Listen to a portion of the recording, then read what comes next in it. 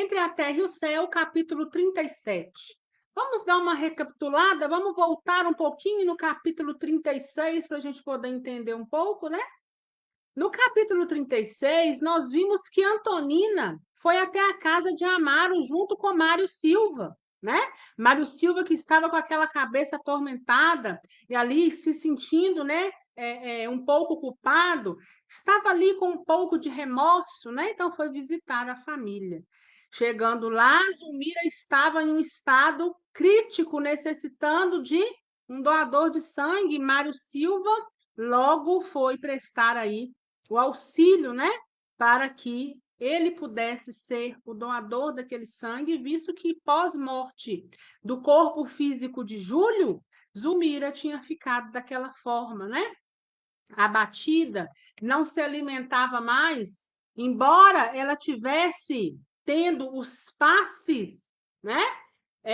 Magnéticos por Clarencio, André Luiz e Hilário que estavam ali assistindo, não estava sendo suficiente, porque ela está na matéria, então ela necessita também de cuidados da matéria, né? Não só cuidados aí espirituais. E aí Mário Silva doa esse sangue, Clarencio ainda fala, né? Olha, ela deu uma melhorada, né? Deu uma corada. Antonina ajuda a Evelina, né, alguns afazeres que tinha pela casa, e ao final do dia eles vão embora prometendo voltar para ajudar, né? Então Amaro ficou muito agradecido e assim nós terminamos o capítulo 36. Nesse capítulo 37, o título é Reajuste. Então, nessa primeira página, o capítulo vem dizendo o seguinte: olha, todos foram embora. Agora, não o mentor, né, mas os que estavam ali para poder ajudar, Clarencio, André e Hilário, aproximaram-se de Zulmira para poder dar-lhe, né, mais alguma assistência espiritual. Mas Clarencio disse a Odila: olha, prepare Júlio no lar da bênção, porque nós vamos levar Zulmira até lá. Nós vamos levar Zulmira em espírito para que algum conforto possa chegar ao seu espírito, né? Então, a primeira página aí está dizendo exatamente isso. E André Luiz fala que a Zulmira adormeceu, quando ele tomou por si, o espírito já fazia o quê? Deixava o corpo material dormindo e estava ali em disposição para que eles pudessem seguir para o lar da bênção.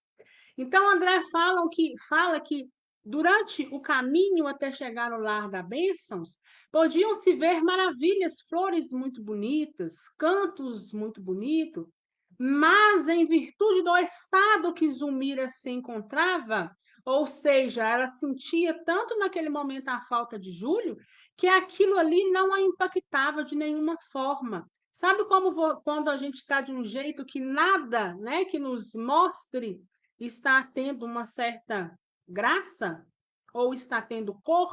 Pois Zulmira se encontrava dessa forma, né? Então, André descreve perfeitamente isso, né? E ele inicia-se lá na página 315, dizendo o seguinte: quem poderá definir com exatidão os indevasáveis segredos que Deus colocou nos corações que amam? Quando penetramos o berçário, onde o menino repousava, sob a abnegada vigilância de Odila e Blandina, a sofredora mãezinha tentou arrojar-se sobre a criança sonolenta, sendo delicadamente advertida por nosso orientador, que sustentou paternalmente, asseverando. Então, eles chegaram ao lar da bênção. E quando Zulmira viu ali, né, adormecido sob os cuidados de Blandina e sob os cuidados de Odila, ela quis imediatamente se jogar em cima da criança, de pegá-la, né? Mas Clarencio a advertiu. E aí a gente até entende, né? Uma mãe que se separou recentemente fisicamente de um filho, quando se vê diante dessa situação, geralmente quer fazer é isso mesmo, né? Quer pegar, quer abraçar, quer chegar mais perto, mas ainda assim nós precisamos o quê? Ter nesse momento discernimento, né? E aí a gente entende o quão imperfeito a gente é. Porque a gente também não conseguiria, né? Se a gente estivesse aqui no lugar de Zulmira. Mas ela é advertida, de forma paternal, de forma até mesmo calma, para Clarencio, né, advertindo a Zulmira, dizendo o seguinte: Zulmira, não perturbes o pequenino, se você o amas. Então, o que que ele está nos dizendo? Olha, se ele está nesse sono, é porque ele necessita dele. Então, embora seja difícil para você que quer estar, por enquanto, o melhor a seguir, o caminho, é apenas observar, ainda que seja difícil, penoso até, né? E ela fala: é meu filho. Não ignoramos que Júlio se exilou na terra em teu regaço, e por isso fomos teus companheiros na presente viagem, para que amenizes a tua dor. Entretanto, não admitas que o egoísmo te assombre a alma. Certamente, o carinho materno é um tesouro inapreciável, contudo, não devemos esquecer que todos somos filhos de Deus, nosso eterno Pai. Acalma-te, pede ao Senhor os recursos necessários para que o teu devotamento seja um auxílio positivo ao pequenino necessitado.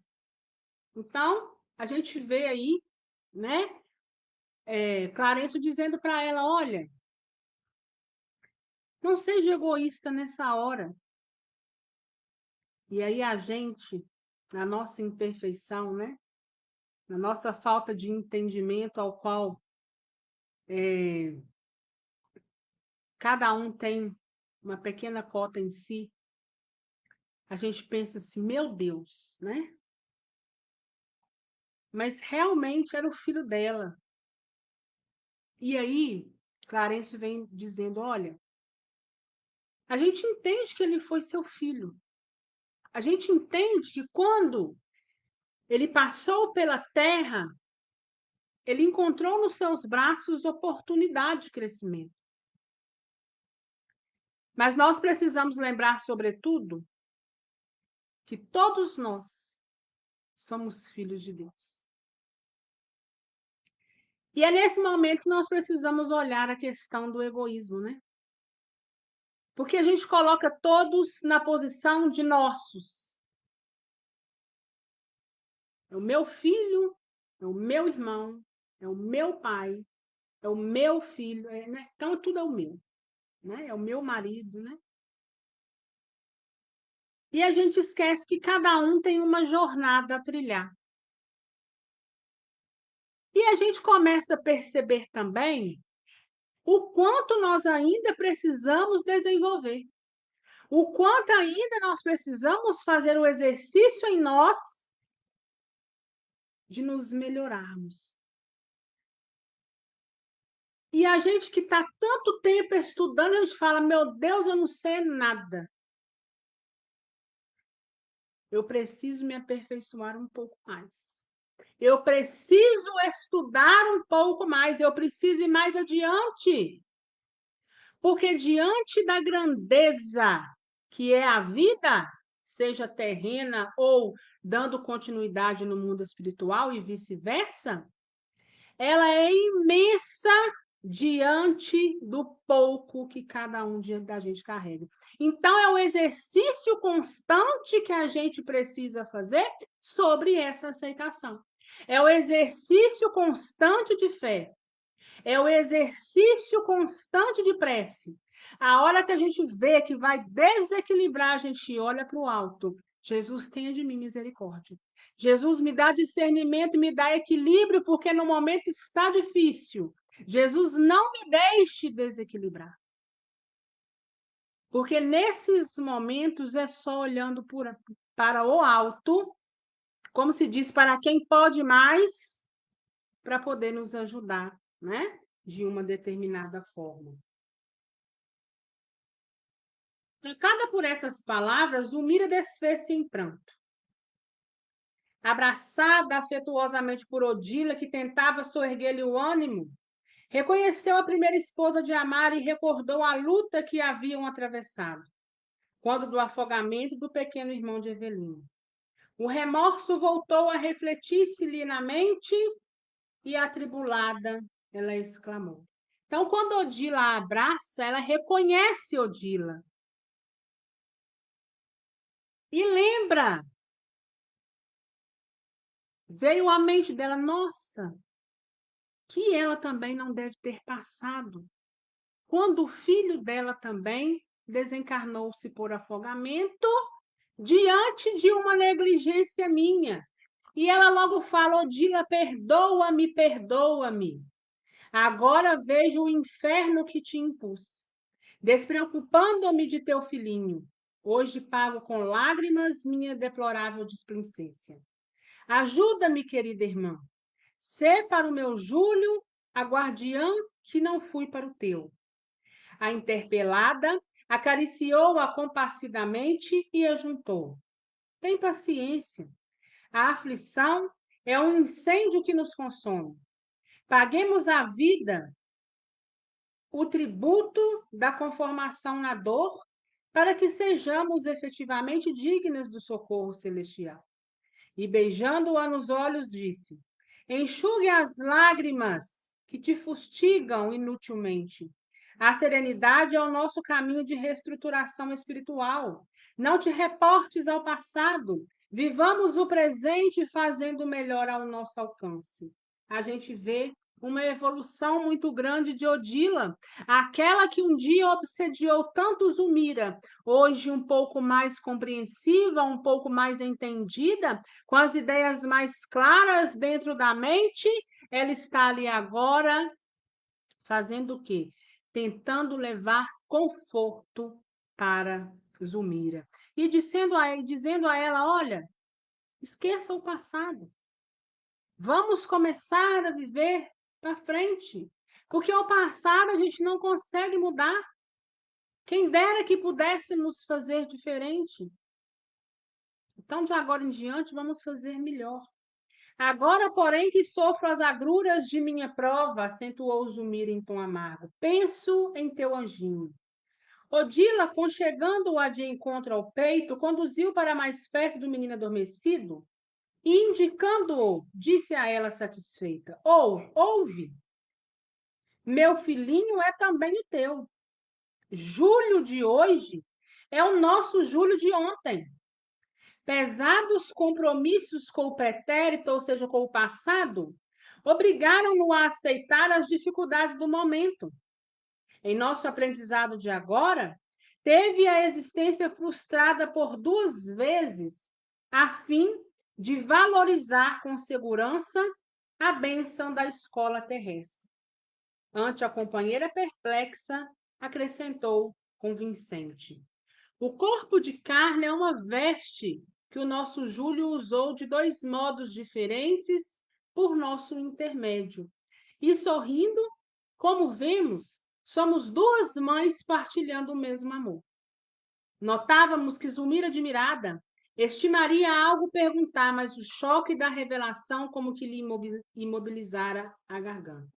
Então, Zulmira agora já sabe que Júlio, aquele mesmo Júlio que um dia morreu por afogamento e ela tem com ela esse remorso pela sua negligência, pela sua imprudência, ela sabe que esse Júlio é o mesmo Júlio de antes. Ela até desejou perguntar alguma coisa, mas aquilo engasgou, né? Aquilo, de uma certa forma, a emudeceu. No imo d'alma, de certo, algo lhe alterara o campo emotivo. Secaram-se-lhe as lágrimas, ao passo que o olhar se fazia mais brilhante. Afigurava-se-nos uma estátua viva, de intraduzível expectação. Sem resistência, deixou-se conduzir pelos braços de Odila até um leito próximo para ajustar-se ao repouso preciso. Agora sim, pensava surpreendido, começava a compreender. Júlio, prematuramente expulso da experiência material pelo afogamento ao mundo, tornara em nova tentativa que redundara em frustração. Mas por quê? Por que, novamente, desencarnar tão jovem? O pensamento dolorido intentava penetrar os segredos do tempo, arrastando-o ao passado remoto, mas o cérebro doía-lhe dilacerado. Realmente, não lhe seria possível, naquelas circunstâncias, qualquer incursão no domínio das reminiscências, mas percebia, enfim, a bondade eterna que reúne as almas nos mesmos laços de trabalho e esperança do caminho redentor. Lembrou a animosidade fria que experimentara por Júlio, logo após seus esponsais, e manifesto ciúme que nutria diante das atenções que Amaro lhe dispensava. E reconheceu que a providência divina, ligando-o ao seu coração de mãe, lhe sublimara os sentimentos. Ela estava ali fazendo o quê? Tentando entender, colocando os pontos nos is, ainda que alguma coisa ela não conseguia entender no momento. Mas ela começava a encaixar-se essa questão da afinidade. Ela tinha por esse menino algum laço de afinidade que os unia. E aí ela está dizendo, olha, por isso que eu tinha tanto ciúme. Por isso que a relação dele com o pai me incomodava. E isso já pode ser o quê? De longa data, né? Isso pode ser aonde? Dali de um passado. Então, ela estava ali, ainda que limitadamente, tentando entender. Agora sentia por ele inexpressável carinho e iluminado amor. De espírito assim transformado, vi em Odila não mais a rival, mas a benfeitora, que sem dúvida lhe seguira de perto a transfiguração. Enlaçou-se a ela em pranto silencioso, qual se lhe fora filha a ocultar-se nos braços maternais. A primeira esposa de Amaro, Odila, imensamente comovida, correspondia-lhe às manifestações efetivas, afagando-lhes os cabelos.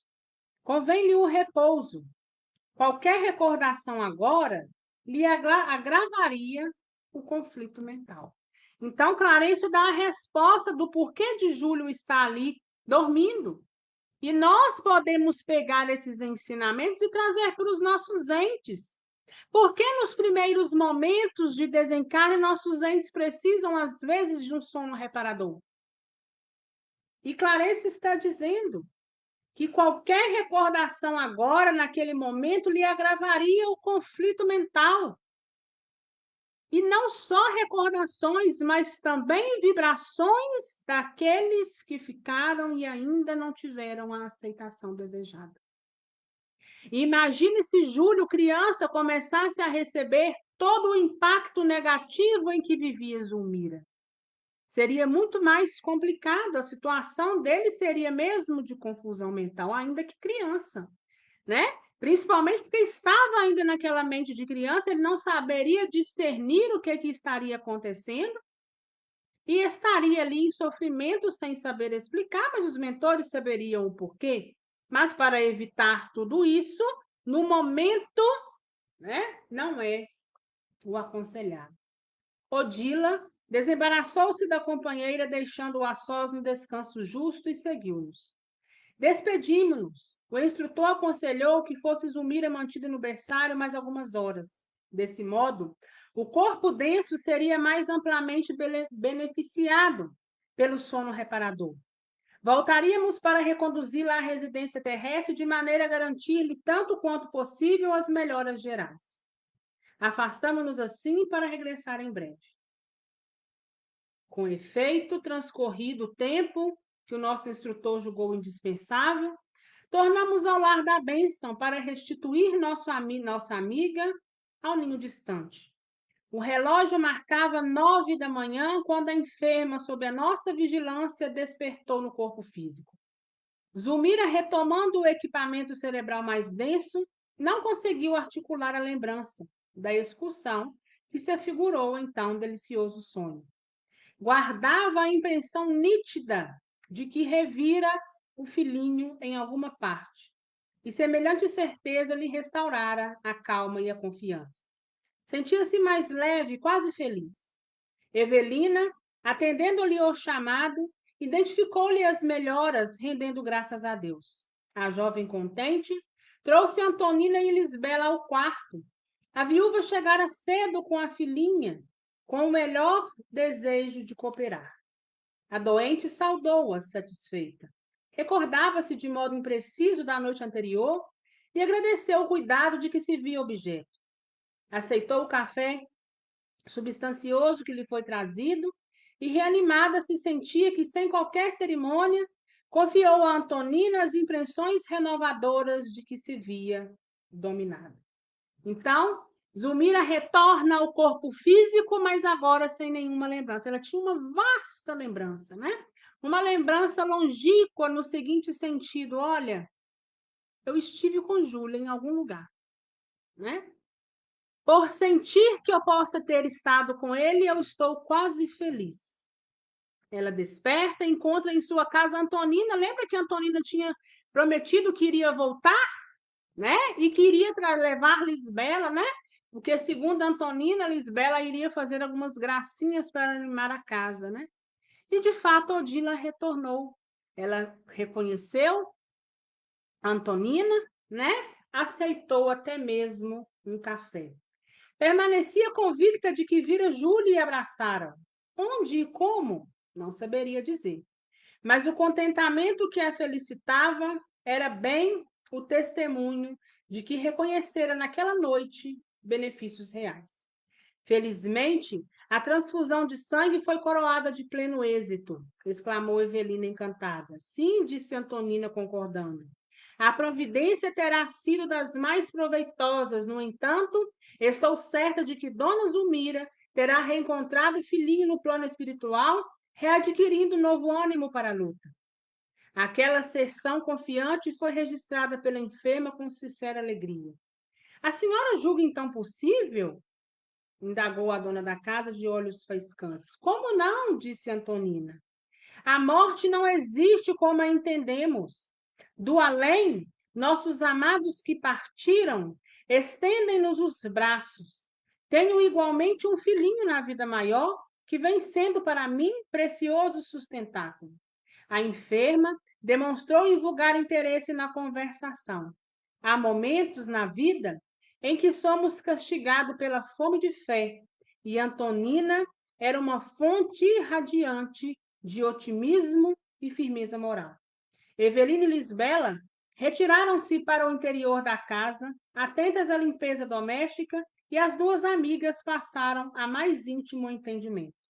A colaboração de Antonina foi realmente providencial, porque ao deixarmos o domicílio do ferroviário, reparamos que Zulmira, de alma restaurada, ao toque de novas esperanças, mostrava no rosto a tranquilidade segura de abençoada convalescência. Então a gente sabe que ainda que a gente não lembre, os desdobramentos acontecem, e ainda que a gente não venha trazendo todas as impressões, esses encontros são também restauradores. São injeções de ânimos para que nós possamos nos erguer e seguir a luta. Para que lá no fundo de cada um de nós possamos, ainda que seja difícil e doloroso, mas nós podemos confiar e entender que a vida continua em algum lugar, de alguma maneira, porque às vezes a gente não vai saber descrever, né, da forma correta, porque as lembranças não nos vêm de forma intacta, mas vêm de forma fragmentada. Mas nós precisamos ainda assim, né, ter essa convicção em nós que é possível, que acontece e que restaura e dá ânimo para que nós possamos continuar. Porque a missão daqueles que a gente precisou devolver antes terminou, mas a nossa precisa continuar. E às vezes, quando se faz difícil, esses encontros acontecem, a gente anima mais um pouco, segura nas mãos de Jesus, e ainda que difícil seja, ainda que nós estamos ali com o nosso coração sangrando, a caminhada precisa continuar sempre. Alguma dúvida, gente?